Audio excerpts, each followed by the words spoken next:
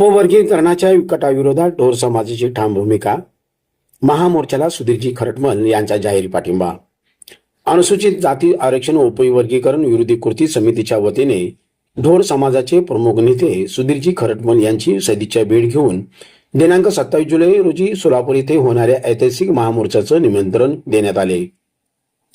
यावेळी सुधीरजी खरटमल यांनी कोणतीही दुमत न ठेवता आरक्षण उपवर्गीकरणाला ठाम विरोध दर्शवला आणि ढोर समाजाच्या वतीने महामोर्चाला जाहीर व भक्कम पाठिंबा घोषित केला. अनुसूचित जातीची एकता तोडण्याचा कोणताही डाव आम्ही यशस्वी होऊ देणार नाही. संविधानाने बहाल केलेल्या हक्कावर कोणाचाही घाला सहन केला जाणार नाही. आरक्षणावर आक्रमण करणाऱ्यांना जनशक्तीची ताकद दाखविण्याची वेळ आता आली आहे.